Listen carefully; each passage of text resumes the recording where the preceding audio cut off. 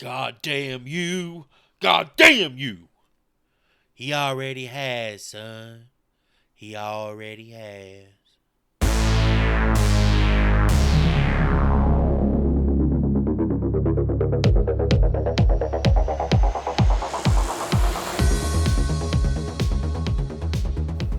This is the Horrible Film School. Take a seat and slowly rip open your Trapper Keepers. I'm Chris, and I am here with Professor Hootie. What's up, fellas? I'm wishing I had a big old slice of that pumpkin pie this evening. Also with us, we got the king of the waterheads, Mr. Nasty, a.k.a. Joey. What up, what up, what up? Who's ready to get into some pumpkining? You know we needed to review this movie during, pumpkin spice season, right? It definitely screams like October movie. We would have gotten so many fucking hits. So many hits. Just people accidentally looking this shit up. Y'all heard of this new flavor of creamer? It's called Pumpkinhead. Ooh. I would buy that in a heartbeat. Hootie, if they had Pumpkinhead rubbers, you'd probably buy them. 100%. And I would wear them. Pumpkinhead flavored condoms. The reservoir tip's just shaped like a fucking xenomorph's head. Hold on, girl. Pumpkinhead's getting summoned. Oh, Daddy, I didn't know you was pulling out the Pumpkinhead at that time of the year again. The world's weirdest sex toy, Pumpkinhead. All right, before we get into it, got a question for you boys. What would your avenging spirit proxy be? You talking about like a animal or like Could be an animal. the Black Plague? The Black Plague. I would have Damn. a fucking army of rats. That's the thing. I don't really live very much hate in my heart anymore. I've kind of like turned a new leaf. How about this man growing up? I've kind of His let heart stuff, slowed down a little let bit. stuff go. Ain't got no room I can't let for no my hate blood in here. pressure get too fucking high. I might not make it to tomorrow. But yeah, I guess if I had to have a force of will taken care of by retribution. Give me a little army of rats. Be like Ratatouille, but with like the Black Plague. I thought you would say like an army of gonorrhea-infested koala bears. I was gonna say like a wave of just fucking gonorrhea. Just gonorrhea. It turned into like the Toxic Avenger, but it's just an STD. I was gonna say a bunch of fucking koalas. Give me a bunch of koalas just going around. Was it gonorrhea or chlamydia? I know chlamydia. It is Dirty, rapey koala bear army is what you're after. Oh goodness. You know, speaking of chlamydia, it is rising across the United States at a alarming rate. I wonder what the It's like an epidemic. correlation is there. Is it a pandemic thing?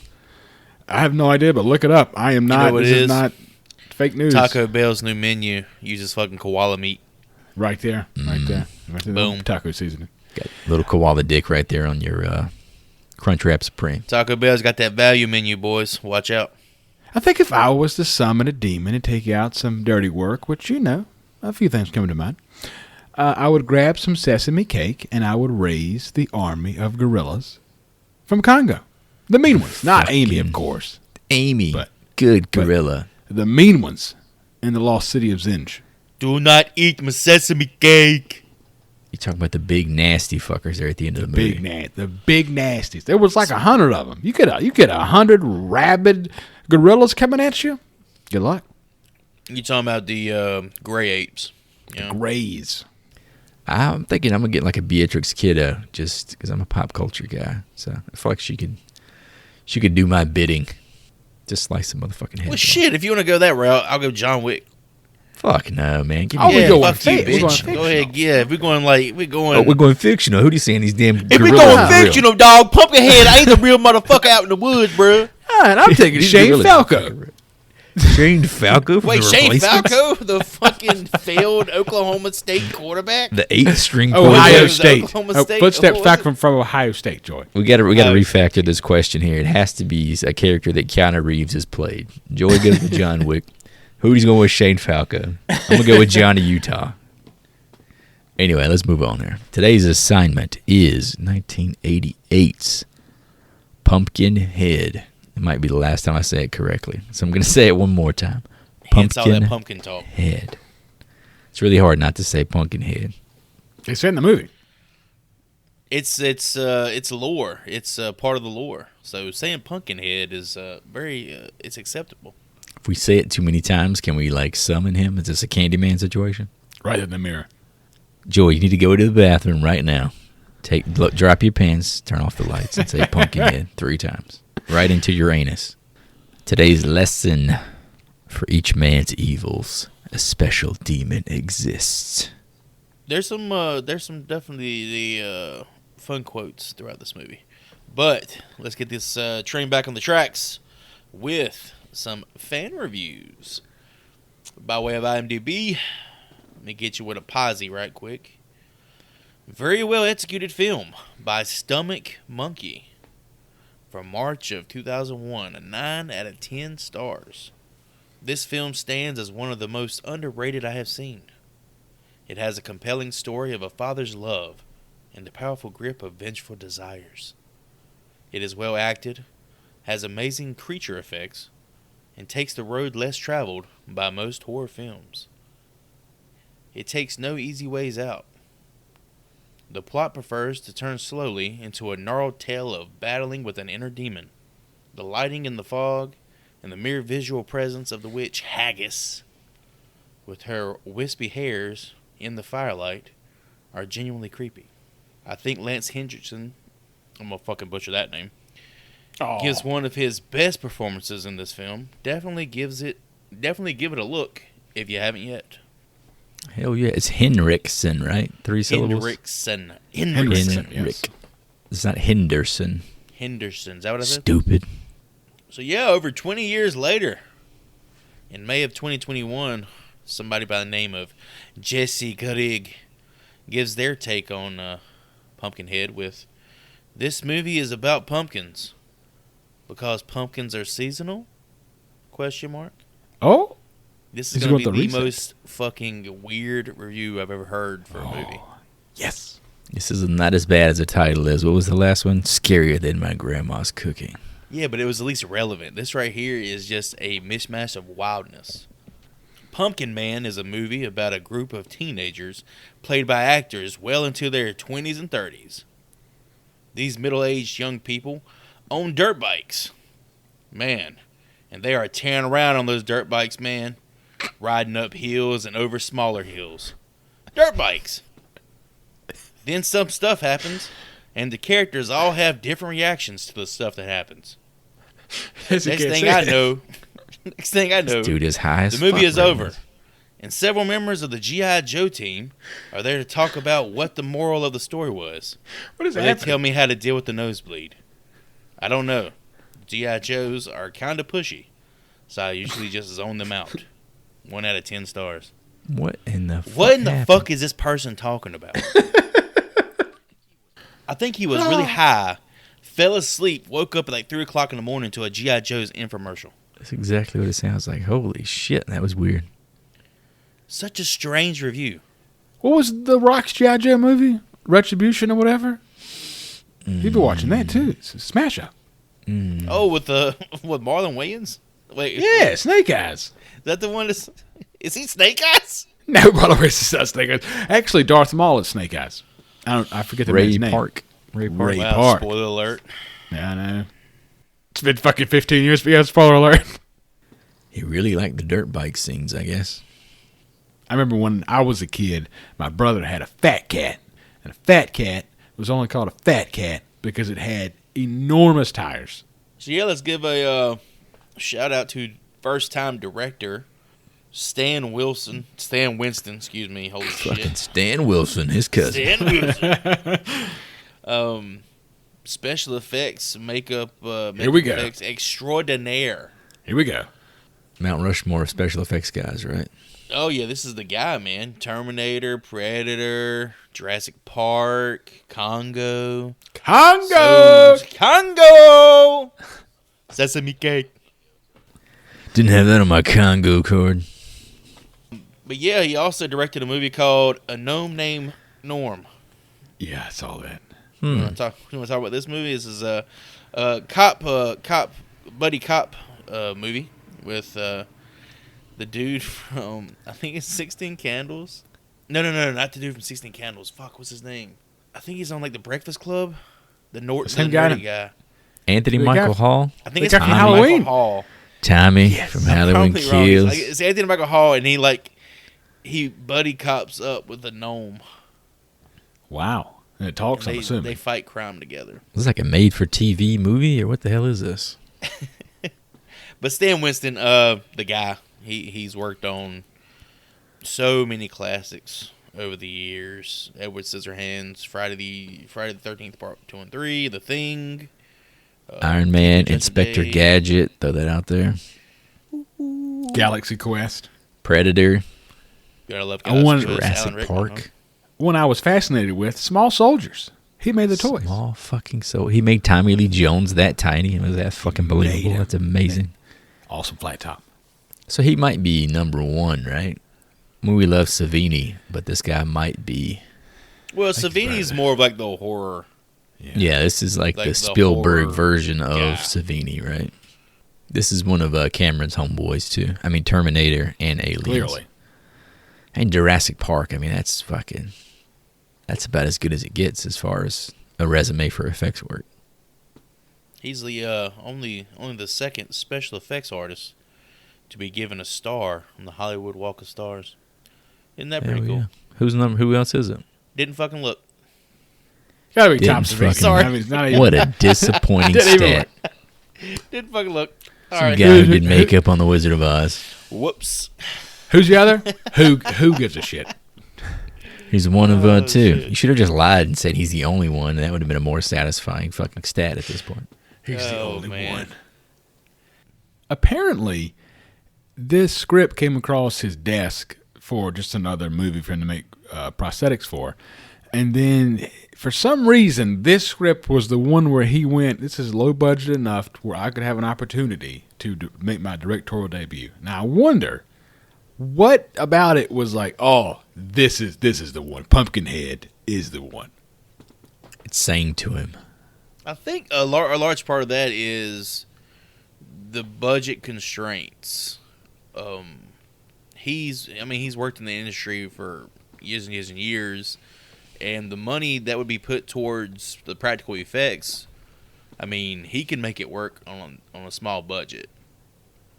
Yeah, I think from what I read, like you were saying, he got the budget and he knew that he could come in way under as far as the special effects part of it, which would be That would probably be like the most expensive part of the budget. a pretty huge part of it. So it'd give him more leeway to actually, I guess, invest in other aspects as far as maybe getting multiple takes, set direction, that kind of stuff. Maybe he realized that what he actually enjoyed was special effects and not exactly directing films. Which hey, you find what you like in life and you do it, which is a great thing to find. Yeah, from what I understand, he was considered like a great director to work with, according to the actors, because he didn't, I guess, come in with that director mentality, where he's trying to like be in control of everything. They were more like, oh, let's goof off and play around with the fucking prosthetics and stuff in our downtime. See, now, do you think, all right, as a crew member, that probably seemed like it was a positive, but as somebody who's paying to have the film made, do you think they could be perceived as a negative? You got this passion, well, not really a passion project, but you got this project that you don't have a big budget or any of that shit, so you can't really fuck it up. The studio, will they see potential in you as a director of something that's more ambitious and, much more costly, if they see you just palling around with the fucking crew? Yeah, you're like the cool uncle on set, as opposed to the James Cameron type, who has like a vision and everything's going to be sacrificed to put the vision forth. I'm not trusting the Dane Cooks of Employee of the Month. I'm entrusting the money to the Dax, the Dax Shepherds. Somebody who takes the job seriously. To get shit Shout done, out Employee boys. of the Month. I watched that the other day. It's been a while. I remember it made me want to get some Heelys. That's about all I remember about that movie. Let's jump into interesting factoids. I can lead off with one I think is pretty cool. The film was originally called Vengeance, the Demon, and it was inspired by a poem written by poet Ed Justin. Justin. You guys want to hear an excerpt from said poem? Oh, I He's got got the two whole first poem here names. if you want me to read it. Oh, Get the here whole we go. thing. I just went with the last like 4 lines. I thought they were pretty fucking It's actually tight. dope as fuck, honestly. Can we talk about the title, like the original title first? Vengeance, semicolon, the demon. How straight to fucking DVD does that title sound? It sounds bad. It sounds like an episode of a sci-fi television show. Sounds like an episode of Are You Afraid of the Dark? The writer of the film, Mark Patrick Garducci, wrote Tales from the Dark Side. If what we see on the screen matches that original script, how do you read that fucking script and not want to call this movie Pumpkinhead? If you showed me this without a title, I would say, call it Pumpkinhead. Keep away from Pumpkinhead, unless you're tired of living. His enemies are mostly dead. He's mean and unforgiving. Laugh at him and you're undone, but in some dreadful fashion. Vengeance he considers fun, and plans it with a passion. Time will not erase or blot a plot that he has brewing. It's when you think that he's forgot, he'll conjure your undoing. Bolted doors and windows barred, guard dogs prowling in the yard, won't protect you in your bed. Nothing will. Nothing will. From Pumpkinhead. From Pumpkinhead. That was awesome. I really like the ending, man. Holy shit. Another thing I thought was pretty cool, it said in 1993, Dark Horse Comics published a Pumpkinhead comic book series called Pumpkinhead, The Rites of Exorcism. Mm-hmm. Supposed to be 4 parts, but they only printed 2. The second one ended with a cliffhanger that had a winged Pumpkinhead that would have appeared in the 3rd issue. Cheesing. You believe that shit? Do you have the comic city? Is that No, what you're I reading don't. now? Right now, feet up on his desk. I have seen them at the Comic Cons though. Never How bought much one, are they? but I've seen them. There's only 2 of them, man. 50 cent. They're worth nothing. It's not Wait, like I thought it would be Shit. the other way, just because like it was limited run. no. Oh well, At least the ones never I've mind. seen. I don't know. Maybe I've saw like reprints or something, but That's disappointing. But yeah, I thought that was cool. They ended it with a winged Pumpkinhead. Imagine giving this motherfucker like the ability to fly. It's game Whoa. over. The sequel's called Blood Wings. Blood Wings. So, I mean, I'm sure you've seen it, Hootie. Does he get, spoiler alert, does he get wings? I'm not gonna spoil shit for you, Joy. Even I don't want to know. I will say in 1995, Electronic Arts made a first-person shooter game for Windows PCs called Blood Wings. Yep. Pumpkinhead's Revenge. Of course it's fucking EA. They're ass. Have you guys seen the gameplay? Hell no. I have. It's just Doom. That's all. It's like the shittiest version of Doom you can imagine. It's funny you say that. One of the predominant reviewers of video games at the time was quoted as saying, maybe the bottom of the barrel for Doom clones. There you go. Blood Wings. It's just like not a great title either. They actually have like video clips, like either from the movie or like reenacted scenes from the movie in the game. Well, sounds cool, but it is Doom, apparently. Sounds cool, but I mean, sounds cool and is cool.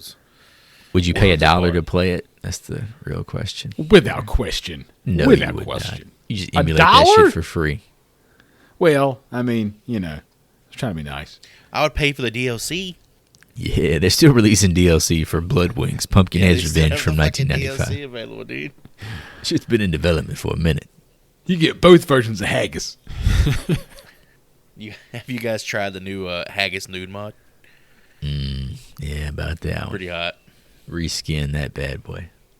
I go from being Pumpkinhead to being fucking Eggplant Head. Pumpkin swole. Whoa. That's a thickin'. From Doughboy to Swole Boy. Whoa. So yeah, with Stan Winston being the director, he was kind of hands off when it came to the actual look of Pumpkinhead. He was created by, was created by artists Alec Gillis, Shane Mahan, John Rosengrant, and Tom Woodruff Jr., who actually donned the costume for the movie. All those guys have worked with him in the past or worked for his company at the time. I had a couple of things here as well. One interesting little factoid is Lance Henriksen had a set of dentures made to give him more of a rural look. He also gathered all of his own props and wardrobe, including a World War II pump-action shotgun, his cap worn throughout the film, and the silver dollars which he gives to Haggis. Daniel Day-Lewis, eat your motherfucking heart out. Dude literally had his fucking teeth pulled out of his head. Had dentures made for this role, and once the role was over, had his teeth replaced with his original teeth. How about that? Is that even possible, man? What the fuck? Method. Not at all. Hey, did anybody find out where it was? Where it did take? They shot it in like California, or parts in California. But where was the actual? You can tell. Where was the actual movie supposed to take place? I took it as like Georgia somewhere. West Virginia would probably be like the highest or the most northern area of the southern states. Yeah, I guess so. Definitely has like a southeastern U.S. vibe. Where certain locations are shot, specifically Ed Harley's store, looks like it's in the middle of Arizona, so it does get loosey-goosey with the landscape. Yeah, it's pretty deserted looking. Couple more here. Probably the most interesting of factoids in this film, the dog actor, whose name is Mushroom, did his own stunts. I know you two were shocked. Hell yeah, Mushroom. What the fuck was he going to do? CGI dog in there? It's kind of all Mushroom's fault, too. Let's throw it out there. He also did his own stunts for a little film called Gremlins 4 years earlier. Oh, shit. So you tell me Mushroom Head could have went up against Pumpkinhead 1v1. Mano y mano. We had it on the table. We left it. All right, a couple more here. From the sculpture, studio artists and mechanics created a suit and head, which was worn on the set by Pumpkinhead performer, as Joey already alluded to, Tom Woodruff Jr. To avoid wear and tear on the suit, Woodruff was glued into it at the start of the shoot day and remained in the foam rubber outfit for up to 8 hours at a time. Jesus, man. This one's for Joey here. Specifically, Joey, I'm looking at you. Pumpkinhead doesn't resemble a pumpkin. It gets its name from the fact that summoning it involves digging up a corpse that has been buried in a pumpkin patch. You know, you learn something new every day. Now you fucking know. I'm glad I have that knowledge now.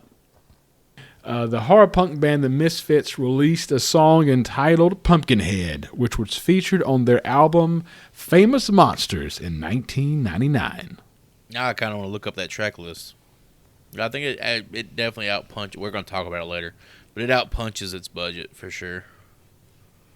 It's almost like this is an example of what you can do on a low budget and do it to where it is a decent enough movie to have that kind of cult following that the movie does have. Also throw out, and maybe talking out of school here, but apparently there is a remake in development as we speak. It's been in development since 2017. You're going to get one, man. Big, fat. Who is the guy who did the second Freddy? I'm already forgetting his name. Haley Joel Osment. Yeah, not Haley Joel Osment. Jackie Earl Haley, right? Jackie Earl Haley is going to be resurrecting the Pumpkinhead for us. Do we have to just remake all the classics?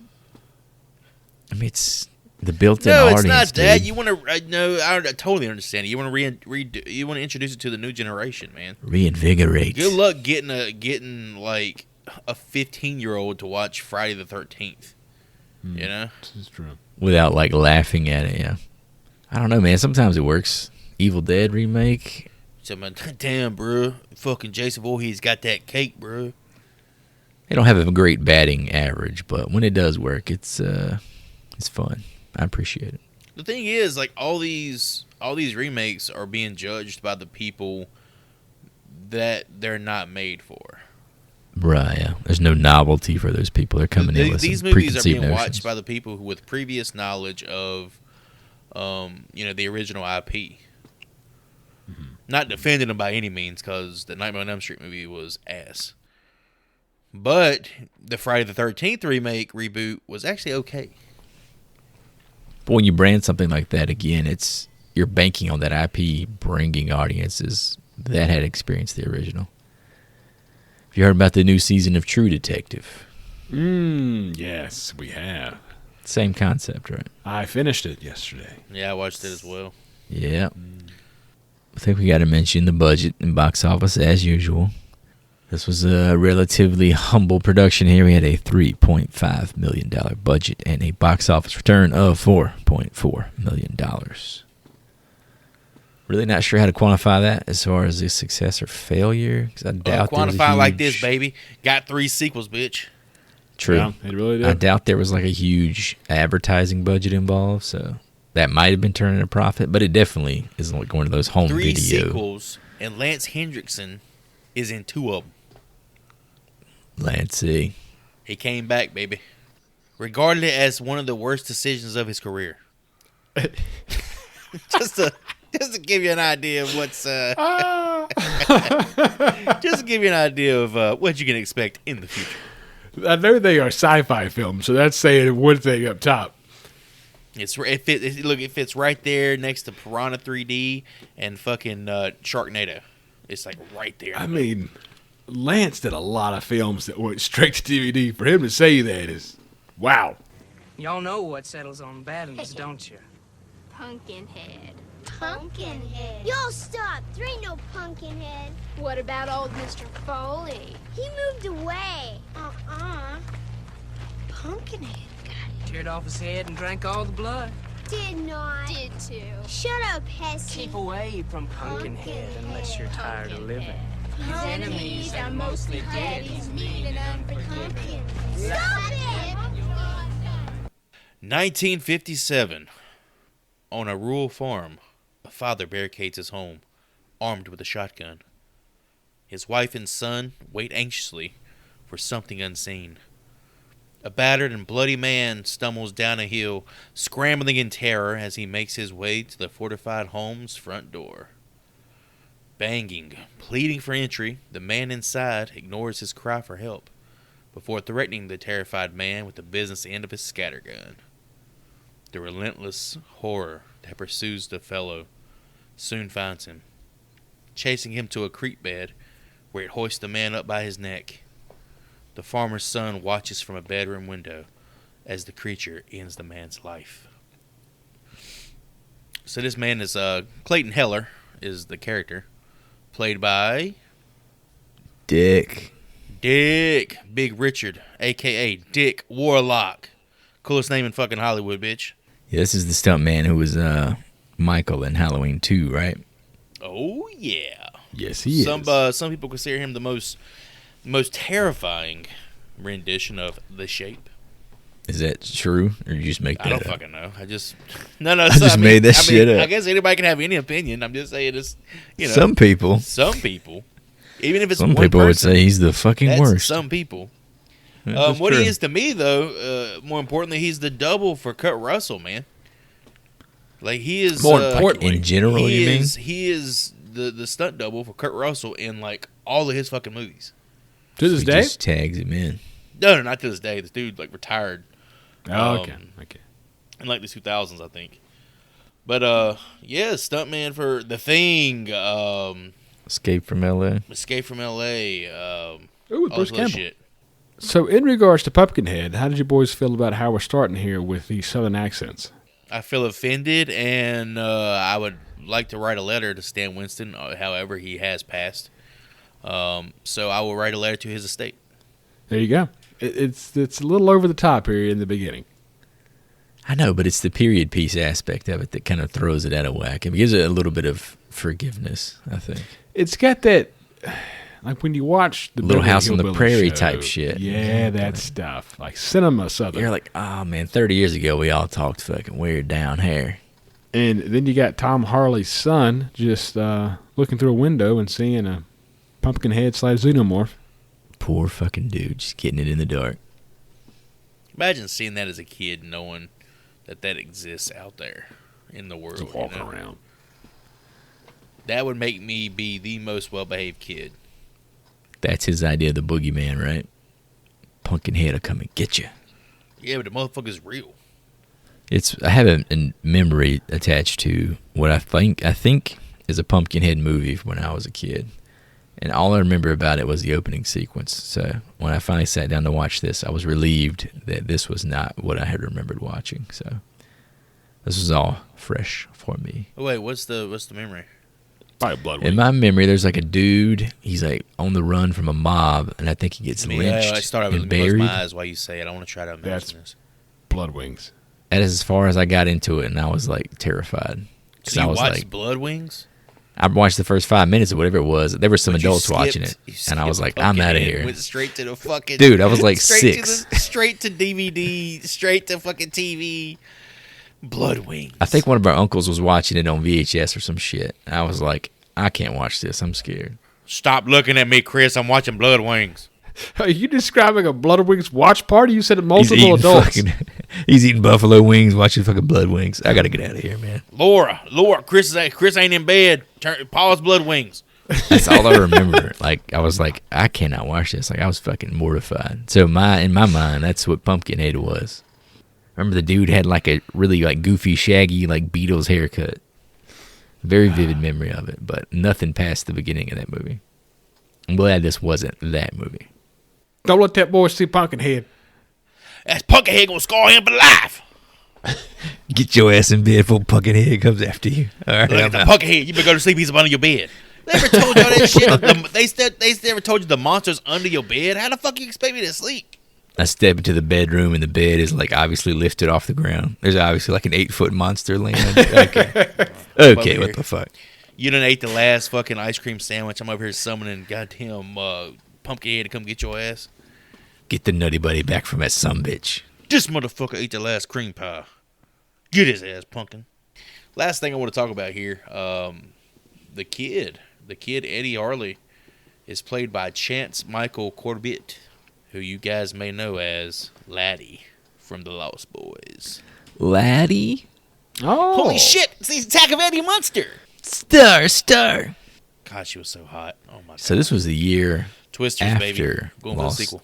After Lost Boys. This kid was on a streak, man. You talking about Hendrickson being on a shit streak. This kid was on fire for Yeah, he year was and on a a half. streak. He went from fucking Lost Boys to this shit. It was a streak in his underwear. It was a streak of shit right down It was his a back. streak in the collective conscience of horror fans everywhere. Should you imagine the parents of that child going from Lost Boys and then getting a script for Pumpkinhead? All right, get in there, laddie. Fucking No, whatever his name imagine is. being the parents of this kid. You know this motherfucker thinks he's on his high horse. He's like, man, I've been in these back-to-back bangers right here. It's true. He was After walking that. around school with a fucking denim jacket on. He was probably in Gnome Jerome or whatever the hell you said earlier. No, a gnome named Norm. So there you go. We're still you go. talking about a gnome named Sorry. Norm. Present day, that same boy on that farm is now a man. A man grown on that same farm with a family of his own. The widowed Ed Harley and his adolescent son Billy run a small roadside grocery in the country. It was a day like any other, washing off the freshly picked veggies, filling orders for the local dirt family. A normal, boring day, until they showed up. A vacationing group of young folks and their dirt bikes, stopping in for a quick supply run before heading to an isolated cabin. Left alone by his father for only a bit, Billy minds the store, but is soon led away by his dog Gypsy, who can't help himself but to chase after the off-road motorcycles. Billy finds himself facing a hill just as the rider crests over it, with the second barreling into the kid. His body slumped to the ground as the young adults shriek in panic. The bike rider packs up his gear and his girl, racing away for fear that he'd be locked away for manslaughter after riding under the influence. The rest of the out-of-towners take off for the cabin to call for help, with the rider's brother Steve staying behind with the child. Soon, Ed returns to find his son's broken body, speeding away towards home with the boy in tow, as Steve helplessly watches the scene unfold. Well, a lot just happened, fellas. A lot just happened. That was That was the setup. that was a huge dump. Close Act 1. So, right off the top, did you boys enjoy to go back to the Little House on the Prairie example of Ed Harley washing his son's hands and talking about it. Say, my grandma used to wash my hands. Her hands were soft as thin as paper. Right there. I feel like this was very wholesome, and this was very, very good. From this point on, I enjoy how they portray Southern people for the most part. I mean, the Dirt family is one thing. I mean, come on, Dirt folks folks pretty bad. That's a little bit over the top. But in terms of how, like, I don't know, you can tell that Ed cares about his family, or his son, I guess, in this case. And I mean, he's just a simple guy trying to make a living. I tried to dig into this factoid that I thought was going to happen, but I can never figure it out. The Harley house looks exactly like the Leprechaun house. From the first one? From Lep 1? Obviously, it's not painted blue and fucking pink or whatever. I understand. But it looked very similar. The same barn and everything. I don't know. Another piece of this film was used in another film, so I'm not crazy when I say that. Be like you were saying about the Southern depictions here, the accents and stuff. It's when it jumps to quote unquote present day, it definitely still kind of feels like a product of the past because Ed seems like such a conservative guy. He's definitely like not into the modern world, maybe due to being fucking scarred by Pumpkinhead as a child. But the single dad thing, it's always like touches my heart. So he does great with the kid. Definitely makes you feel that they're actually bonded together. Yeah, I definitely feel like this situation that we see here, or this acting we see here, isn't over the top in terms of how they portray Southern people. So, not yet, anyway. Now, when they go to the little shantytown shore, but always coming. At this point, it's fine. Like Hootie was saying earlier, we're talking about the Dirt family. This is a dusty-ass movie 20 minutes into it, man. I'm very confused where they actually are. It was fucking dry, whatever it was. That's why I'm assuming there's some spots in Georgia that might be kind of like this. Oh, man, Georgia's lush. This is like Southern California. There's got to be like a strip in there where it gets fucking dried out. Motherfuckers don't even have water over in California. Surrounded by ocean, but don't have water. In the beginning of this film as well, Billy gives Ed Harley a very nice clay necklace, and he says, "I'm never gonna take this off." That's so fucking sweet, man. It's like you remember the '90s country music videos, like the Travis Tritt videos. All right, you would have like 3 minutes of like dialogue before the song. Like this is what that felt like with him hanging out with his son. I remember that dude was jumping over them fucking things on the track, and there's a standing outside the fire. And he's fucking falling down and shit. And he says, "Get up, get up!" It was such a motivational time, man. His dad's like, "I'm so disappointed in you. Get the fuck up! Can't you fucking run?" Where Garth Brooks is playing a white piano and blood is falling on top of him. What the fuck are you watching? Look it up. It is a wild music video. No, man, it's where he's playing guitar in his black suit, and he's just there's like flames around him, right? And then like flames. He's standing outside. He's literally standing outside the fucking fire. Country folks are outrageous. But his dad's screaming at him. He says, "Get your ass up off the goddamn ground." Standing outside the fire. But yeah, dusty-ass movie. That was a dirty-ass family. And did you know one of the little kids in the group is quite famous these days? I know who you going to say. I refer to her as... He's going to talk about Blossom. Big Bang Lady is how I refer to her. Mayim Bialik. Is that how you say her name? Yeah, I got to know here. I'm glad you said it, not me. She's the one that bangs Sheldon on the Big Bang Theory. Yeah, she's the big banger. She should be the host of Jeopardy. But that's the girl from Blossom. She was the host of Jeopardy. Now it's the Ken Jennings guy, right? Yeah, Ken's an asshole. Yeah, but Ken's he's smart. Like the best Jeopardy player of all time, isn't he? Good for him. Doesn't make him a great host. Hey, how was you able to pick out the Mayim Balik girl? How was I able to pick her out? I had to look up, like, I Googled her name plus Pumpkinhead. Tell you what, I knew her right away. So I can get an image of her. Is it the nose? You know how I knew her right away? You can say the nose. That fucking schnoz, boy. You can see that shit from space. I wasn't looking for this little kid's nose when I watched the movie. You ever seen the Easter Island statues? Oh, yeah. How did they get there? They're like 90% nose. She looks like Nose Pass from fucking Pokemon. Along with her and with that gang of kids, 2 of those kids belong to Stan Winston. Oh, yeah? Anybody with dialogue, or are they just background players? Just background players. They tried to speak, then he smacked him in the face. Smacked him. Shut up. Did you notice when the kids were first driving up to, the ladies like pull over so I can take a picture of this guy. Like, that's how fucking like gross and decrepit they look at these locals. Like the murdering hitchhiker. What the hell was that about? I was like, this is fucked up. Pull over and take a picture of this creepy motherfucker. Like they definitely try to establish the stereotypical slasher archetypes with these characters, and it falls flat on its fucking face in terms of doing that. You talking about like the city folk versus the country folk? That classic trope. Them damn out-of-towners. Did we even talk about Lance Henriksen's credits? I was gonna say we're burying the lead here. I mean, this is the big reveal that hey. I mean, he is a sweaty Lance sex Henriksen is this machine. guy. Hootie, do you want to go in on this guy? Oh, do I ever? Well, first off, he's How about dead. Well, fuck, God, holy shit.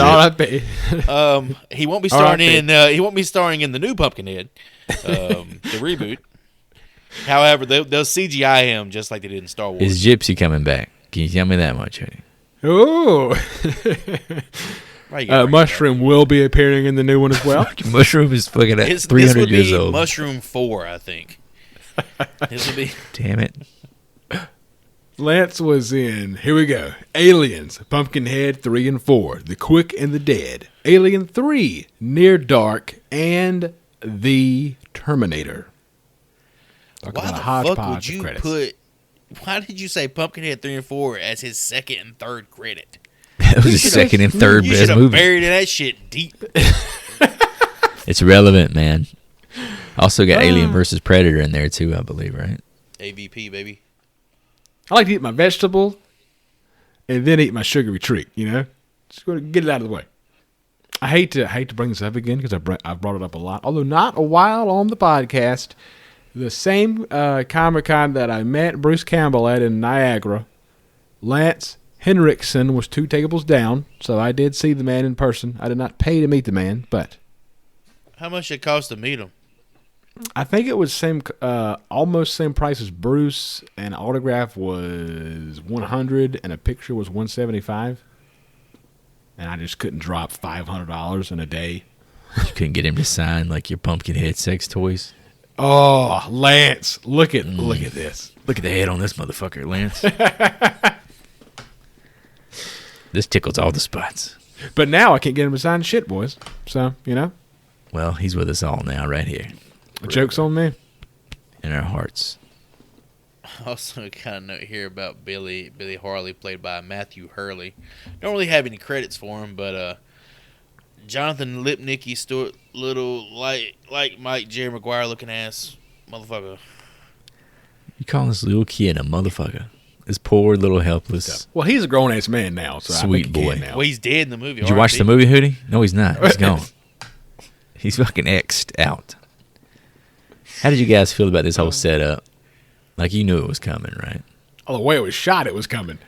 Yeah, they telegraphed the fuck out of it, but it was still tough. I was like, these pieces of shit. Well, I feel like it was irresponsible, first of all, for Ed to leave his fucking son here with a bunch of strangers. What the fuck these dudes riding around for? Just for the hell of it? I had the same note. Who just goes to a gas station and fucking hauls off on their quads and dirt bikes? The trails, that's why they're here, the mountainous trails. Yeah, you This have is a on cabin. the side of the fucking road, He can't bro. wait anymore. He does He's so he literally hard. says, It's like Footloose. Joel, You fucking, the I character have we're to talking about dance. is Joel. Joel is the greaser, a.k.a. Eric Roberts' stunt double. Joel's an Old asshole. man. Old man. This dude has to get on the fucking trail. Can't not do it. Got He is ants in his burning fucking this shit pants. up. He is doing ollies. He's doing kick flips on this dirt bike. His ass is tearing it up. This is X They shot the Games. hell out of these dirt bike scenes, man. I was like, it's a lot of damn footage of these damn dirt bikes. There's a lot of dirt bike. I did not expect to see this many dirt bikes in Pumpkinhead when I fired it up. The way he hit that kid. He whacked him in the chest, man. Whacks him in his fucking chest. Drops him. Drops him. I like how he says, Bad I didn't habit. even see him. He came out of nowhere. He, you know what? He fucking did come out of nowhere. He's literally at the bottom of a hill. We got 1, 2, 3, 4, 5, 6 characters here we haven't talked about. We got Chris, we got Joel, we got Kim, we got Steve, we got Tracy, and we got Maggie. How many credits you got? I got none. Good. Zero. Neither do I. I Big dug fat through it. Goose egg. I did some digging. I got zeros across the board. You've also skimmed over Mr. Wallace. Oh, you talking about Buck? Talking about George Buckflyer, Buckfly. who My was name's in... Buck, and I'm here to buy some seeds. This dude looks like he's been on a lot of episodes of Gunsmoke. Well, he was in Back to the Future and They Live. He's got a shit ton of credits. This is a note about this film. This movie went against his typecasting, as he usually plays a bum or a drunk. What? Well, I But guess he knows what he's good at. Shit. He was a family man in this one. The hell is a hell of a typecasting if you're just known as you need a bum or a drunk. You call Buck. Hey, I'm Buck. I'm a little drunk, to be honest with you. It's a call action. I'm a method Buck, actor. and I'm normally here to fuck. However, I need some seeds. I'm actually a drunk homeless man, so I'm just very method. He just stays that way around the clock. Did y'all notice how this dude fucking flatlined his girlfriend trying to get back into his Corvette? Boy, he was running back. Come on, bitch. fucking- He fucking hit her with the damn the 5-yard Truck stick, jam, man. like he's a Boom. cornerback. Sent her ass flying. She literally landed on her spine. I was like, holy shit. Hit this her with the dude's Richard Sherman. This bitch went out. He was fucking ready to go. He's just making room, man. I gotta get out of here, man. I got fucking cops looking for me again. Yeah, This dude was such a fucking asshole. This dude's actually, we don't find it out right here, but we find it out in a few moments. He's on parole, so he can't be caught, murdering children with a dirt bike. So I was very confused, and now I'm even more confused. You claim that the kids drove away to go to the cabin, and I guess it's what they do. It's called 911. To call, he had to use a phone. It just seems like a waste of time to drive to the cabin to call. Why not use the phone in the Harley shop? They ain't even got electricity in there. He ain't got no phone. He had a mechanical register, but it wasn't plugged in. He ain't got no phone. Yeah, they literally got crystals up in the ceiling to reflect sunlight, like it's in the goddamn 1800s. I think they should have just sent one person to make the phone call and everyone else should have stayed behind because it looks terrible that there's one person left there. First of all, look, this is the South. You know that kid knew how to drive. He should have stayed at the damn shop and sent his kid back home to get the damn feed for the Dirt family. How about that? Handling that clutch. You think he's got it? Oh, he's got it. Got it, daddy. That's got to be some heavy ass feed though. Why do you got poke holes into my? I'm not poking stuff holes. here? I'm just You're saying. poking holes. But then once all right, Lance shows up. Of course, he starts to walk, sees what's going on, runs to his kid. A horrible situation to be in. This fucking guy sitting there says, "Can I help?" Oh, No, the you look can't help. The look he turned around and give him and them buck ass teeth he's got. You get your ass beat in this situation, man. No questions him asked. Shook, boy. No questions asked. I would start hitting that motherfucker, What is The he fury supposed he to had. say, though? You just beat his ass, man. What do you mean? There's nothing to talk about. No. I mean, the kid. Like, the kid clearly... Oh, the kid ain't saying nothing. The kid's gone. No, I know the kid. I mean the college kid. The kid What is is he slumped. supposed to say? Say something. He doesn't say a fucking word. He just sits there. I said it like, was an what accident. are you doing? So it was an accident, yeah. Yeah, he says After 2 minutes, he does. Well, You're supposed to flag that man down immediately and be like, "There's been an accident, yada, yada, yada." No, the motherfucker just sits there. This is I true. mean- Okay. he was just staying with the kid to try to comfort the kid, He Because the wasn't kid even wasn't touching dead. the kid. Because the At kid this wasn't- point, the dead. kid's over there, shallow breath, caved in chest. He never said a word to the kid. No, he just kept rubbing his head. First of all, he put a jacket over his face and shit, trying to smother him, I guess. Don't know He what kicked the a little fuck bit of that was dirt going up when he on. did Like, that, he's right? like, Give you know us what? the You're going anyways. Put this lungs. jacket over top. I don't want to look at you. You're covered in. You look gross.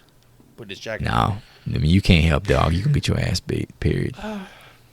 Ed's a bigger man than me. That's all I could say. He's a proper Southern gentleman. Ed Harley. Ed Harley. Oh, I'm trying to save my accents till we meet Haggis, The real goat.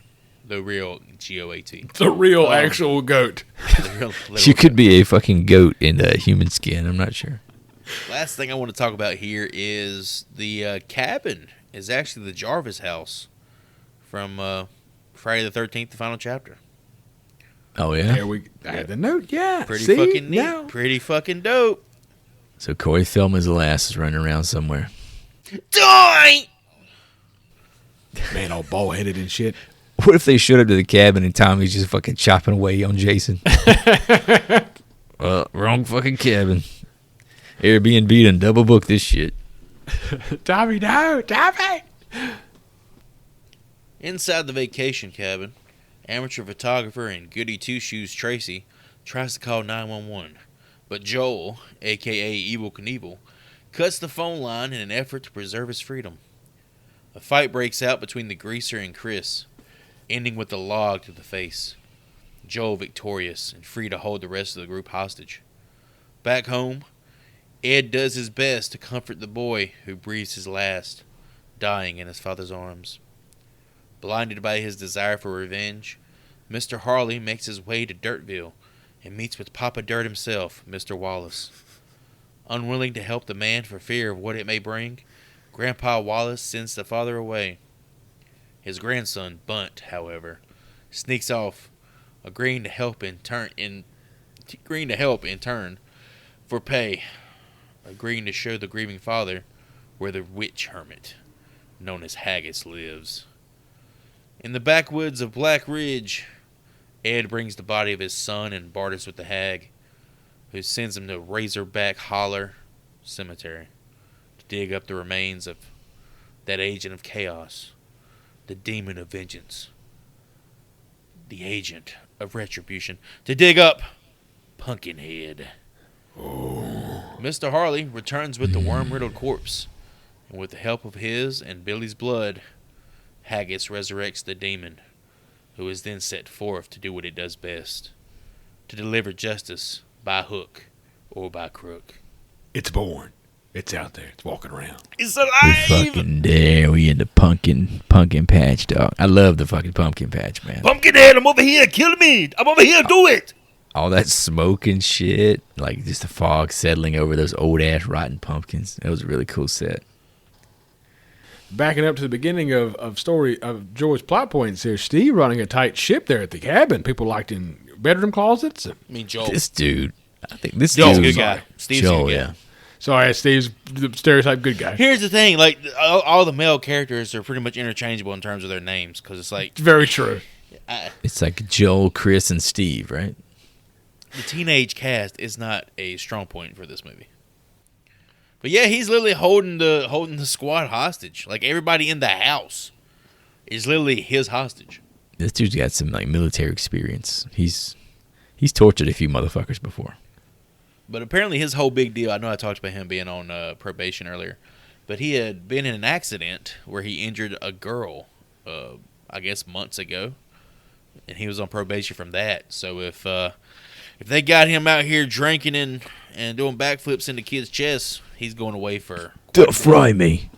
Doing backflips into his chest, you said? Like fucking Yeah, Mike dude. Metzger? He hit his ass with a no-hander Fuck. nollie and fucking busted him. He said no hands. It's wild, man, because they Oh, like fuck, they he took showed out the that kid, kid's but face. that The was a kid 10 had out of 10, The though. kid had a tire mark on his face. Yeah, it was fucking rough, dude. Fuck that Okay. guy.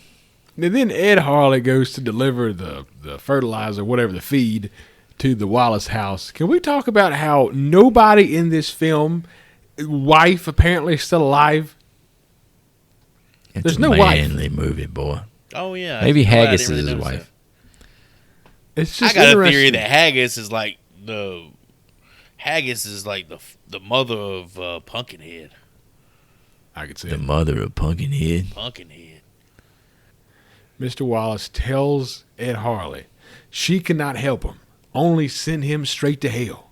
Now you go home and you bury your boy. What a hell of a line is that? Some great fucking dialogue. I love the concept of this movie, man. You go It's home like taking and bury your Pet boy. Cemetery to like that level of like Pet Cemetery meets Kill Bill. I really fucking liked it, man. But what about Haggis, bro? Like, so she's This dope, bitch. right? Do you think Amazon delivers to her fucking house?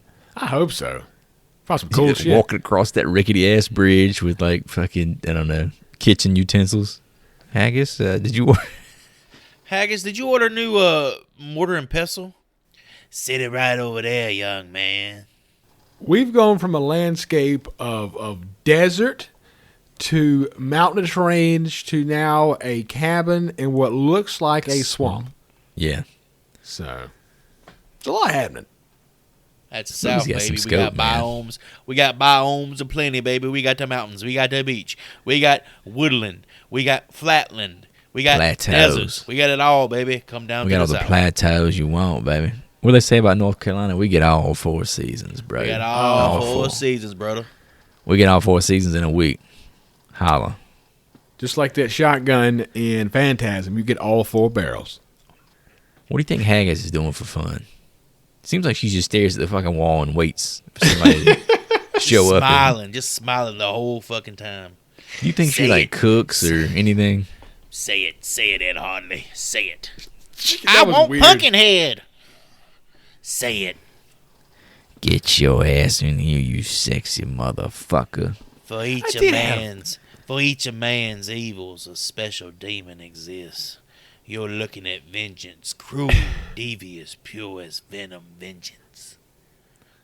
She wanted some dick. That's what it was. It's been a while. Every time Ed goes into her cabin, she's sitting in front of the fire. Now, for that fire to happen, there has to be wood, has to be kindling. So you telling me that Haggis, in the middle of the day, goes in the woods and chops her own wood up and brings it in the house and starts a fire? I want to watch Haggis that. is a fucking witch. She don't need to do shit. Well, that's Conjures true, it up, dog. Okay. What does she do? we She's go. got to eat and stuff. She conjures up. Frogs. It's like Santa She's in a Claus. She swamp. just makes shit up. She's just eating frogs and shit constantly. Ordering shit from Amazon. That's what she does with her free time. So the actress who plays Haggis is Florence Schaffler or Schiffler. Schaffler. Either way, Schaffler. She was in Problem Child and Bachelor Party, and this woman lived from 1920 to 2017. God damn. Hell She yeah. was a that's witch. life. She almost made it to 100. Did she outlive Ed Harley? No, she did not. And the costume that she's wearing in this film weighed about 65 pounds. Not a core strength to hold that motherfucker upright. I just don't know why it was so heavy, because all they really needed was a headpiece. What'd you guys think about Bunt? I thought Bunt had the best accent in the entire movie in terms Bunt of... had fucking charisma, dog. Well, Bunt was actually... The actor is actually from Hickory. North Oh, Carolina? is he? Local Yeah, boy. from Hickory, North Carolina. I thought he was really good. Yeah, his accent is literally like... It's the most genuine, authentic Southern accent in the entire movie. I felt I bad thought for he him. was great. He had to run all the way back home from halfway to fucking Haggis' house. Hey, you got paid $10, baby. We've seen this same like character in movies, and usually they're like hokey and like, what the fuck was that? This kid was like, I don't know. He was really good. He had a lot of charisma. I'm going to show him some respect. Played by Brian Bremer was the actor's name. The how Haggis delivers all of her dialogue with Razorback Mountain, and Ed goes, "How am I gonna know?" "Oh, you gonna know it all." It wasn't Razorback Mountain, brother. It's Razorback Holla. Holla, Razorback holla. Holla. The way those two talk to You each talking other about a is just southern fucking word. great. That's a southern word. Holla. The holla back in the hills. Everything she says is so fucking ominous. Like she's reading the poem pretty much the shit's based on at all times. You sure you want to do this shit, Ed? It's going to be the ruin of your fucking eternal soul. Ed Harley, there's going to be a price to pay. I'll pay whatever it is. My son's got fucking Goodyear marks on his face. You should have just beat that kid's ass in the fucking field and settled it right It wasn't there. the kid's fault. I know, but as a dad, you're going to have that fucking reaction, man. You ever seen A Joel's Time out to here Kill? fucking stiff arming every goddamn person in this fucking way. Have and you his ever brother's gonna be seen the A one Time to taking the Kill, blunt. motherfucker? The bad part is Haggis makes him leave his dead son's corpse at her house. You leave the boy, Ed. Leave the boy. Yeah, they deserve to die and hope they burn in hell. You fucking right. That's the fucking truth. I liked how they he brings the body back. Obviously, the blood goes in the Pumpkinhead, and it raises up, and Ed Harley passes out on the floor, and he wakes up, and she just goes, "You can go home now, Ed Harley." You done now, bro. It's done. You done Ed Harley. fucked up. What'd you think about the transformation, like the physical growth of the Pumpkin Man? Fucking dope. It looks so Yeah, cool. very cool. It's so cool because he starts out as like it literally looks like an infant, or like a pumpkin baby pumpkin Little child. Voldemort, yeah. And it grows really fast, but it grows, and that whole process is like animated, or not animated, but it's developed in this scene. I think it plays out very well. I enjoyed it. So one of the strong points of the movie. For such a dusty ass movie, he's a very wet character. On his way home, Ed stops by his wife's gravesite, burying their son beside her. Back at the rental, the young folks are still shaken up, now joined by Steve. With both Chris and Tracy locked in a broom closet, Joel stands watch by a window, rifle at his side, anticipating the arrival of Ed Harley, or even worse, the cops. Maggie, in almost a trauma trance, follows a disembodied voice outside, with boyfriend Steve close behind. He begs her to snap to, and just as she comes around, a clawed hand reaches from above, pulling the man off the ground and gouging at his back, before dragging him away, bashing him to death against a tree. Maggie is able to escape, alerting the others just as Joel decides to take responsibility for what he's done. Armed with his rifle, he and Chris take off in pursuit of his brother into the darkness. Finding nothing but his gore-covered headband, they head back to the cabin.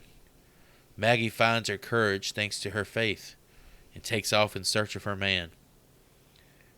And she does find him, hanging lifelessly from the porch above. Dragging him down, the same clawed hand from before grabs her as well, pulling her onto the roof and out of sight. Meanwhile, Ed, having physically felt something otherworldly during the first kill, grabs a bottle of hooch and takes a swig, only for that same feeling to take hold again. Determined to stop the madness from going any further, Harley takes off with his shotgun for Haggis's swamp. Unable to convince the old crone to intervene with what he started, he sets off on his own to end what he began. So now we got a fucking horror movie. We finally got some fucking kill scenes here, boys. Now, were these the most disappointing kill sequences you've seen in a horror movie? They were kind of odd. They did. Like, I know we're going to talk about the xenomorph because Pumpkinhead eventually kind of looks like one, and he definitely acts like one for a few kills here. Oh yes, it's very much like you see like a moment of violence, and he's like off in the distance somewhere, you know. So you weren't a fan of the first few kills there, Joe? Oh no, not at all. Well, you got this monster, and yeah, you're only seeing glimpses of him, but you can tell he's like super intimidating, super imposing on his victims. And the way he executes his kills is the same like every fucking time. He's either like picking you up and like throwing you against a tree. There's no like, dude, I'm fucking tearing you apart or anything like that. And I can understand if there's some limitations due to the finances of the film. But at the same time, I mean, your director is like a world-renowned special effects artist. And you don't have the gore. Something that just doesn't seem, it seems off to me. they had to cut budget somewhere though, and he didn't have the time to make. Shit! Cut budget, cut half this fucking cast. That's true. Didn't have as many college kids. Holy shit, you got 45 kids running around the shanty town who don't do nothing. You can't just kill them, though. You gotta have. You like, ain't gotta kill them, just don't cast them. The whole point of it is vengeance, though, right? You have to have like a set number of victims for your killer to Tell chase you what, if you down. hired Batman, this would have been a shorter movie. Something to mow through. Like as like me, like I'm Ed Harley. I do this in my mind. I wanted to kill like the one guy who did the deed, right? Oh, no. He wants to kill all of them because they all leave the kid behind. Yeah, but that's just him not understanding the context of what the situation really was. I guess my question is, based on how the lore of Pumpkinhead works, how does he know who to kill in this situation? was he like filling out these first few kids just to see like maybe he's looking for the guy, you know? Well, I think obviously it's speculation because who fucking knows. When the blood, there has to be like a blood sacrifice or whatever to resurrect Pumpkinhead. I guess whatever is in your heart, whoever you feel is responsible for how you were wronged, whoever you feel is responsible has to be the one to pay. So it's like whatever's in his mind in that moment. So in that moment, I guess every single one of them. Because at the beginning, we have Dick Warlock about to get his. He makes a comment to the guy who won't let him into his house that I never touched that girl. So I guess the implication is somebody heard a girl and assumed he was the guy, sicked the demon on him, and he got his. But it was like a 1-for-1, I guess, in that situation. And Ed's going for like a 6-for-1. Oh, he's going for a 6-piece, boy. Want them all. Got greedy on us, that bastard. How about when Ed goes back to see Haggis again? She's like, I can't help you, Ed. It's going down. He says, God damn you. And she says, he already has, son. He already has. Nothing I can do. It's got to run its course now. What did you think? It'd be easy, neat, clean, and painless? You're a fool, Ed Harley. And she's got that look about her, like that side profile where her mouth's agape. Yeah. And you can just, in your mind, picture, an elderly woman just sitting in front of you, like, looking like that. She looked like a damn deadite, man. She really did. Now you say it. But yeah, anything that happens between those two is, like, great. And the idea when I started to, like, put together, like, oh, this is, like, the classic vengeance story. If you're going to seek revenge, you dig 2 graves. Like, it's taking a toll on him as it's happening. I do think they should have went and pulled a Pearl and just had, like, a prequel with Haggis. How Haggis got in this situation? Yeah, how Saggis. What the fuck? Saggis. She's Saggis now. She used to be. She's Saggis now. Used to be Firmus. See how Haggis, got to where she is today. You want to see her fucking when she's like 28? I don't want to see everybody fucking her. I mean, you do. I want to see. You want to see her fucking that Pumpkinhead. See what she's working with. You know what I mean? And Haggis doesn't have a husband. Nobody has a wife. Nobody has a husband in this film. Everyone just needs to make love, man, not war. So Haggis is sitting on Low Pumpkin when she was younger. You don't know. She got the thickness. What do we think about all these murder gasms that Ed Harley is going through every time Pumpkinhead gets a little taste of blood? I thought it was pretty cool considering, like, we know, like, this man is a legit actor. And, like, you know how hard it's got to be to fucking do that scene? Because it's just you by yourself wigging out. I thought he sold it pretty well. All right, we're going to go action on that. All right, there's a kid getting chopped in half. I need you to react, Lance.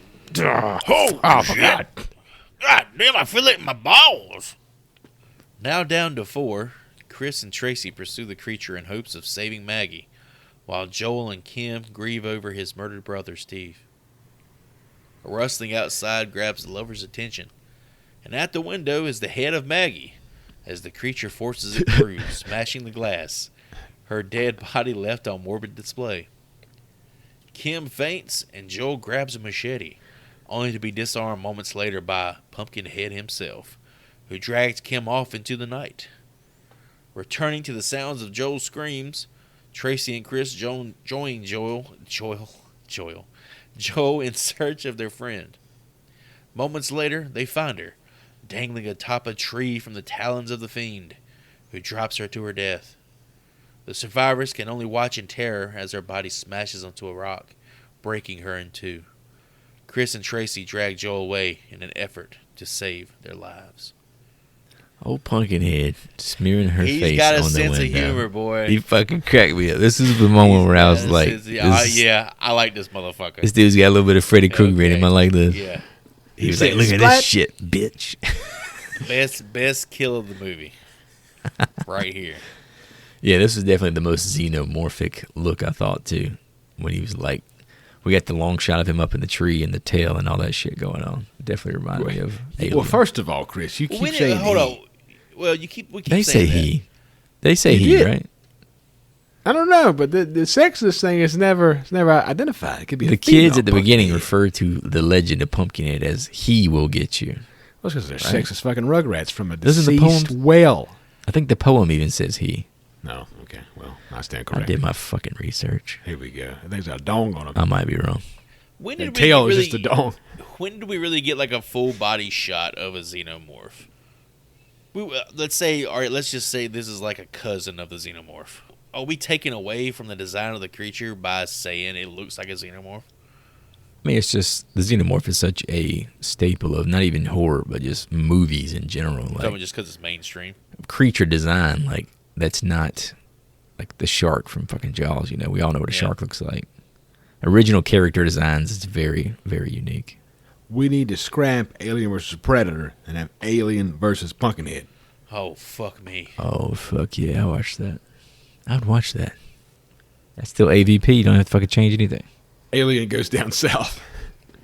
But I mean, Pumpkinhead, he's like, because aliens, of course, are fucking alien. They're from another planet. Pumpkinhead is like from the Earth. He's of Earth. He's like us. He's like our proxy, man. He's going to be what we use to beat the fucking xenomorphs. Oh, yes. It's got to run He's its on our course. side. It's like Godzilla. Like, we thought he was fucking terrible, but actually he's on our team. Ain't that sweet? What'd you guys think about the fucking back on the xenomorph? What'd you guys think about Pumpkinhead's signature, like summer cicada soundtrack? Yeah, whenever I he's did on write screen? down cicada noise, question mark. Isn't it fucking Was dope? it Was it part of the score, or was it audibly coming from him? Is what I was trying to figure out. I think every time he's on screen, it happens. Yeah, I couldn't tell if, like, from based on like the range of the noise, if it was coming out of like his mouth or if it was just the score. Like that's Well, I guess the same That's question his could be theme song. applied to. All right, do the guys from Jaws hear the fucking Jaws theme every time he's coming? dun, dun, you know? dun, dun. But we know the shark's not making the fucking noise. Is what I'm saying. I think that's something for the audience. Okay. I think so as well. Otherwise, it would kind of give him away, like sneaking up on people. You know. Yeah, because it's it fucking loud. builds tension and shit, you know. But yeah, that sound is just like quintessential South. Southeastern fucking hot nasty summer day. Lemonade and sweet tea. Rotten pumpkins. Dude, I got into a rabbit hole and I was looking up how they make the noise and all this other bullshit. How do they make this? Is it rubbing their legs like Well, no, crickets? that's crickets. Crickets do it that way. They actually have a little membrane under their wings called a timbal, and their bodies are like mostly hollow, like a drum. So they can resonate the sound. Only the males do it. Can you guess why only the males do it? It's a sex thing, right? Yeah, so they can fuck. It means, hey girl, come look at this pumpkin head. Ain't It's that just- a nice rabbit hole to fall into? It's literally like they're screaming to each other, "Suck me, fuck me, suck me, fuck me." The mating Just practices imagine of that next cicadas. time you're sitting outside and you hear the cicadas. I remember in high school, the biology teacher being fascinated with the fact that they could let us know that pollen was just trees and grasses semen all over our cars. All over your face. Every And I was morning. like, why was that so happy for you to tell us that? It's weird. You know you got tree spunk on your truck, Ryan. When Mr. Sparks gave you that private lesson and motherfucker didn't even teach So anything about weird. you. Literally teach history. Didn't even teach you. Telling you about it. It's kind of weird. Come into my class. I'll show you all the tree sperm I collected this morning. Pumpkinhead got personality, man. He likes taunting motherfuckers. Oh yeah, that's I like that shit. I thought at first he was doing like a puppet thing and he was just gonna do the face back and forth. He kind of did it for a second, but then he started wiping it against the glass. It was really, it took the movie at that point for me. It took the movie from being kind of bland to actually like, all right, I can see why this movie has the appeal to the audience it does. This dude like to play with his food, man. I liked how he crawls up in the tree, and then for that sequence, Pumpkinhead seems more like a creature than a human. And for some reason, before that, I thought he was more human than creature. I don't know why, but I did. Yeah, he's kind of like a hybrid in a way for most of the movie. But in that scene, yeah, he definitely looks like not of our species. A wild animal. Ed Harley arrives at the cabin and bears witness to the fallout of his plot for revenge. Meanwhile, the survivors stumble upon a homestead, begging for help. Left to fend for themselves, Pumpkinhead emerges from the trees, only to be stricken down by a pair of shotgun blasts. Ed Harley has joined the fight. Joel approaches the downed creature and puts another one in its head for good measure. Letting his guard down for a split second, Pumpkinhead knocks him to the ground and rams the rifle into his gut, Michael Myers Halloween 4 style. Yeah, Lifting baby. Joel high above the ground, Pumpkinhead toys with the dead body, allowing Chris and Tracy to once again make their getaway, while Ed recoils on the ground, his nose leaking blood. A nearby dog growls at the convulsing man, biting his arm, causing Pumpkinhead to react in just as much pain as Harley himself, hinting at a sort of physical connection between man and beast. Eventually, the pair find themselves begging for help in Trashburg, but to no avail.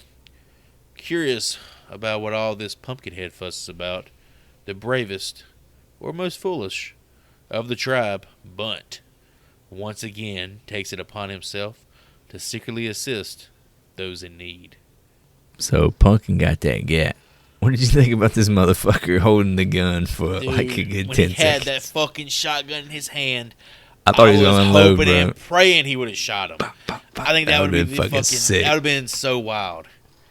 Because it would have fit his personality, you know? That would have been awesome if like the kids realize like, oh my God, run! He just starts unloading. It ain't kill him, but he's just practicing. He's a terrible fucking shot, but damn, he figured it out quick.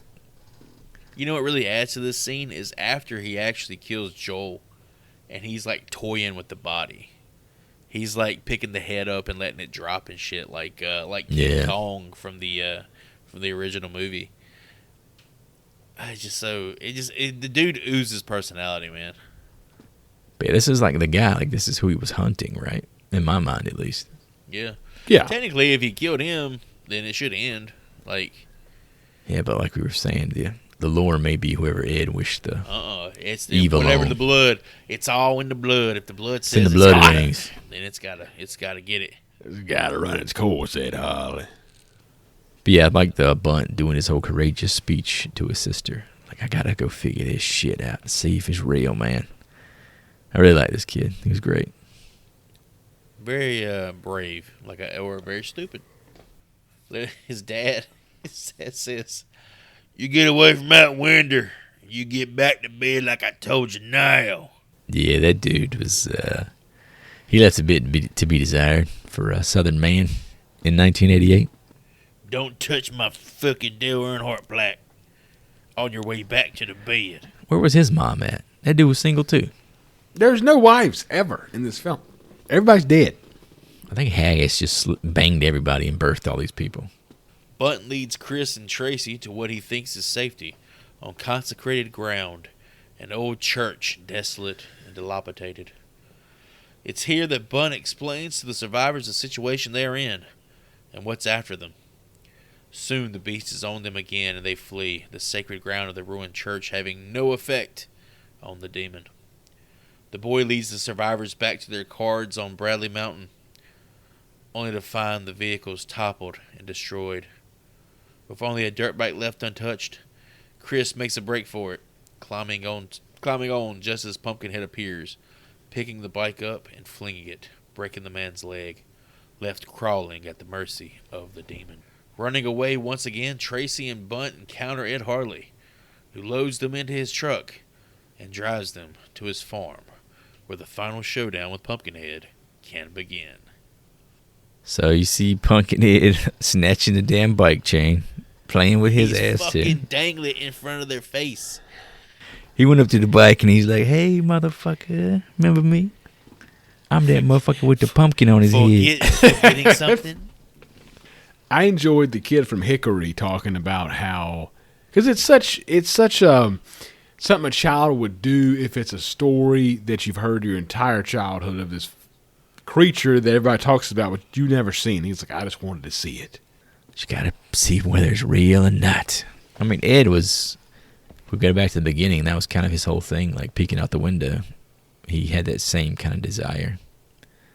And he saw if motherfucker was real and it changed his life. Forever.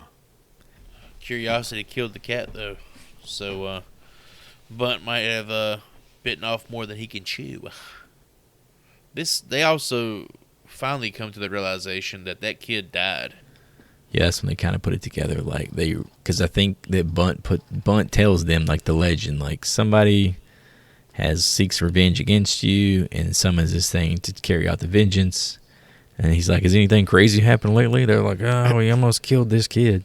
And he's like, "No, that motherfucker, that kid's probably dead because I took his dad up to the old fuck you pumpkin patch. So it's probably him that's coming after your ass." So they know that it's Ed's quote-unquote fault that why this is happening to them. What'd you guys think of the Pumpkinhead strolling through the church scene by itself? It was kind of weird.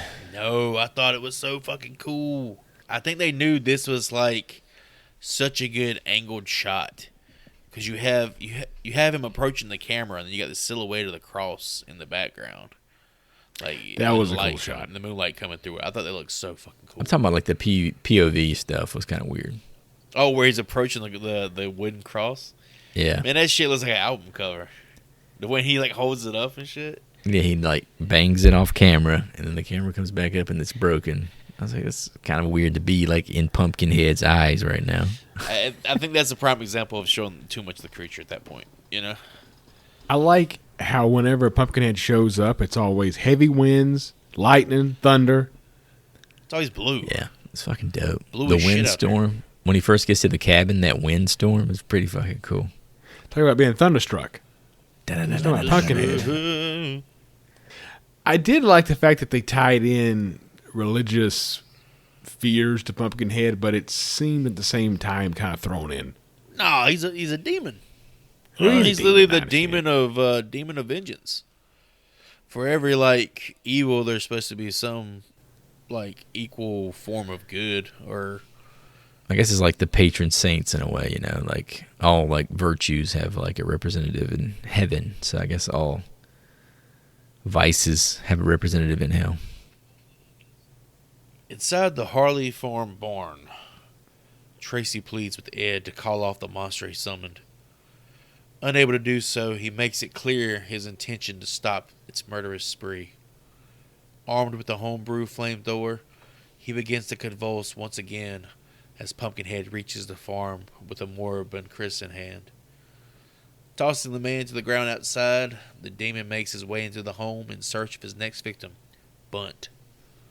Finding the boy in the closet, it makes its way outside, the boy in his grasp, as Ed heads to face it. Stumbling into a pitchfork that pierces his chest, Ed drops his weapon and cries in pain, as does Pumpkinhead, who drops the boy. Tracy follows him close behind and runs to Chris, pulling him to safety and arming herself with the flamethrower as Harley grabs something from his truck's glove box. The fire proves ineffective, with the monster grabbing the woman by the throat. Just as it begins to deliver the killing blow, Ed Harley makes the ultimate sacrifice, shooting himself with his newfound revolver and ending the futile cycle of bloody revenge. Or not, as he somehow survives the shot to the head, leaving Pumpkin to go for one last kill. Bunt. Tracy grabs the revolver and at Ed's request finishes the job as the creature's body combusts into devilish hellfire. Soon after, Haggis recovers the now deformed body of Ed Harley and buries him among the pumpkins. So ends the tale of 1988's Pumpkinhead. I did like the closet scene. It was very Michael Myers. And then he kind of like pushes in on the kid's face and he's like cheesing. That looked really fucking cool. That was probably my favorite shot of Pumpkinhead. Also very emblematic of the Xenomorph. Yeah. I really enjoy the homemade flamethrower that Ed just rigs up in his barn. He's a real fucking man, dude. He was ready to go. But he was like half possessed in that moment too, right? Yeah, I didn't really understand that piece of the film, but I didn't really unpack that one in real time. At this point, it's kind of the summoner is literally selling his soul or giving his soul to the demon in exchange for carrying out, the revenge. And we can see throughout the movie, we ain't really talked about it, the actual face of Pumpkinhead is evolving. His body is evolving. And he actually has the characteristics of Ed Harley. Yeah, his face changed a little bit. It's so fucking cool. Like, his pupils like are changing his shit. Like, Ed Harley's actual pupils and stuff, and his face is just morphing into this demon as well. Yeah, those last few kills, I noticed his cheekbones were kind of similar to Hendrickson's. I mean, it's not beating you over the head with explanations and stuff. It leaves it up to interpretation, but that's how I interpreted it. Like, there is a price to be paid, and this is the price. But then him walking away from the gunshot to the head, I was like, what the fuck happened there? Did he just, like, chicken out and, like, flesh wound his head? Stan Winston was actually asked about that. And apparently, once you enter this contract with Pumpkinhead by, giving your blood, willingly giving your blood, then the summoner cannot commit suicide. Oh, so someone else had to do it, you're saying? Somebody else has to kill you. That's what I kind of figured because it just didn't make any sense at all. Oh, he literally, like, fucking puts it to his temple, pulls the trigger, and it's still, walking and shit. I think the most important bit of information we learned here, Ed is the next fucking pumpkin, dog. Yeah. He's got that fucking mound of hair on the top of his head. Did you guys notice that? Yeah, it was fucking great. Oh, fuck, it was so cool. Yeah, as this was happening, I was like, because again, this was one of those, I was like, it'd be cool if this is how it ended, and that's exactly where they went. It was fucking great. We get the little zoom in on the little necklace that Billy made. Tragic. What about him stumbling into the pitchfork? At first, it like caught his like the tubing in his flamethrower, right? Well, no, that's the only reason he fell into it. He bumped into it was because some fucking clumsy ass shit dumb like accident. that. Yeah. So you're telling me that Haggis knew from the jump that she was going to be burying Ed Harley in that pumpkin patch? That's the cycle. Yeah, the cycle of vengeance. Oh, the price is always going to be paid, baby. Got to run its course. I wish she would have had a little bit of dialogue there at the end, but I guess she would have been talking to herself. Welcome to my patch, Ed Harley. She would have said something like, "Sleep tight, Ed Harley. See you in blood wings. They'll need you again soon, Ed Harley." Ed Harley's such a great Southern name. All right, boys. Not even Mr. Pumpkinhead. Pumpkinhead 2.0 has literally been laid to rest. What piece of memorabilia you want to take home from this?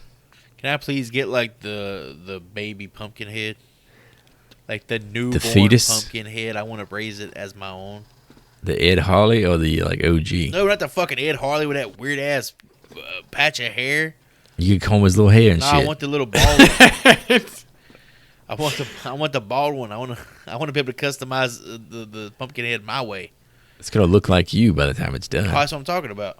I literally thought I was thinking outside the box. I put the baby Pumpkinhead because it just looked cool. He looked awesome. You can't get the baby pumpkin. What the fuck is wrong with y'all? It looks so cool. That's A living the thing. Fucking flamethrower? I went sentimental. I want Billy's that little stupid necklace. Yes. Billy's little totem, man. That's what this movie's about at the end of the day, right? It's made out of fucking craft clay. Symbolic. Look, I can't pick flamethrower because the thing is going to have a flamethrower that I want. You know what, Joey? You can have Baby Pumpkinhead. I'm going to take the body of Ed Harley, and then I'll figure out how to raise him up and comb his hair.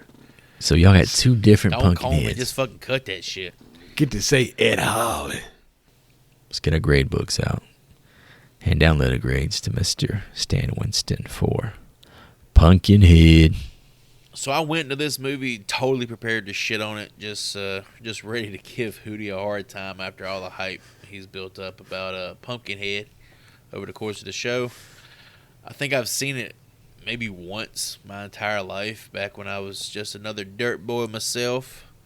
Now, as a dirt man, and revisiting it with just the faintest memory of it from my childhood, I have to admit, I was pleasantly surprised. As a creature feature junkie myself, I had a good time with Pumpkinhead and its exploration of the morality of revenge and its consequences. But that's not to say it's not without its flaws. For one, the weird editing. There's so many quick cuts and transitions It makes it hard to follow at times, as well as distorting what's going on in some scenes.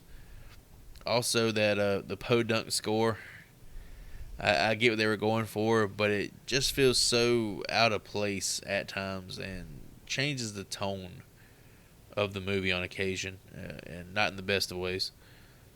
Another dislike for me is that the director goes through the trouble of fleshing out the character of Ed, putting so much time and attention into it, but almost abandons him in the last half of the movie to focus on a shallow, dull, expendable group of teen victims that, frankly, we the audience do not care about. And lastly, for such a vicious and terrifying monster, the lack of gore is disappointing. Maybe it had to do with financial constraints or ratings or whatever, and that's understandable. But I just want to see some blood and guts, baby. Come on. But what is here is impressively made for such a small budget. There's a great backbone for the story, the creepy atmosphere, the lore, the world building. You can see why the movie has the cult following that it does. Lance Hendrickson as Ed is superb. Through his acting, you really feel this guy go through a cycle of happiness, sadness, anger, remorse, and resolve. Seeing him as a leading man is a breath of fresh air, and he elevates the quality of the film with his performance. But not to be outdone is Pumpkinhead himself. The design is badass, and the practical effects have aged like fine wine. It's so neat seeing this demon come to life, and instead of just being a mindless instrument of revenge, you catch glimpses of its smirks and hearing its laugh, and you realize its personality there, that there's more than just a generic killing machine. All in all, it makes for a good time, and if there's anything to take home from 1988's Pumpkinhead, it's this: he who seeks revenge digs two graves. Pumpkinhead grades out with a C.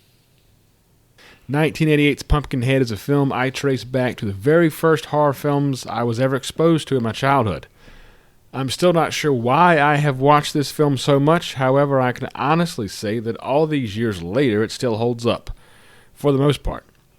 You think about a special effects creator's first time stepping behind the camera, a low-budget film with incredible prosthetics, and Lance Hendrickson. It is a winning recipe every time. Could this be a better film? If you want to nitpick, of course. I'm not here to argue that point. What I am here to argue is that this is a fantastic 80s creature feature, which you boys know I love a good creature feature. Dust off that VHS when you get home tonight and rewatch this film. I give it a B. With the sweat of the dirty South and the charm of a single dad raising up his boy, this movie is two of the best flavors ever blended together. Sweet and savory. A cool-ass southern gothic horror monster and a nice, folky backstory to make this one stand out to me. I was in for the ride, rooting for and against old Pumpkinhead, and feeling torn alongside Ed Harley along the way. Pumpkin, Mr. Head, whatever you want to call him, he was dope. I am always a sucker for a good old story. Everything else was just dessert here. Mr. Stan Winston passes this class easily with a definitive B+ for a definitive B movie. All right, let's recap these audience fan score guesses. We were all three on the hook for this one since we were coming off the random wheel. Start with the low man. Mr. Joseph said a 35. Obviously, I had high expectations. Obviously, thought this was going to be a banger. Mr. Hootie said a 52. I went with a 50 right there down the middle. The actual audience score on Rotten Tomatoes is a 49. Bang, bang, we got a winner here. Isn't that great? Oh, wait, shit, who won? It's just I was never going to off happen. by 1 point. Oh, Mr. fuck Hootie me. was off by 3 points. It's just never going to happen, Joy. Yikes. I think me and Joy need to start just doing 0 and 100. You pick one, I'll pick the other. Just give Hootie the rest of the field. Give him a chance, huh? I'm getting boxed out by fucking 2 points right now. So Shit happens. It is my time to choose, but we do have some mandatory work coming up, boys. Spring season is upon us, which means St. Patty's Day right around the corner. Ooh, pull out your clarity. Oh, baby. We got the return due to visit our boy Mr. Warwick Davis yet again for the third entry in the Leprechaun franchise. Leprechaun in the Hood, let's go. That's number 4. This is Vegas. Fuck me. Vegas. Oh shit, right? this is Vegas. We going to Vegas, Daddy-O. He smokes Now, blunts. what's that man with the balls of fine blast? So we're going to watch the trailer on YouTube. We're going to react to it there. Check out our YouTube channel, and you can listen in and watch along with us. Otherwise, we'll see you back here in a few. All right, folks, that wraps up that trailer. This is, well, we can guess just for the fun of it, but nothing at stake here, as this is a mandatory assignment. What do you guys think that's sitting down on Rotten Tomatoes for the audience? This thing is going to be ass cheeks. It's going to be Doo-doo. I'll say 30. 30 even? I know people hate this fucking movie. I like it. I enjoy the fuck out of it. See, now I got to think about it. I know it don't even matter, but I just want to win one. Just I'm one gonna go- meaningless win. I'm going to go 24. I'm going to go 36. Alrighty, folks. Thank you for listening. Check out our website, horrorfilmschool.com. You will find links to all the podcast platforms, Instagram, and the merch store. Give us a follow everywhere you can. Leave a review everywhere else. Send us some of those throwback Coke bottle eyewear. I'm going to say goodbye and offer my support to women up on the mountain burying Voldemort babies for the next Vengeanceville go-round. As always, if you're hearing our voices, tell at least one person you know. Spread that love. Spread that campaign. And let's all grab our green shirts, our green beers, and hang out with our favorite leprechaun in the next episode. And I'm out. Thanks for all the likes, the subs, the listens, the follows, the downloads. We really appreciate you guys and gals' support, as well as your time and attention. Be sure to join us next time when we try our luck with 1995's Leprechaun 3. What happens in Vegas stays in Vegas. Class dismissed.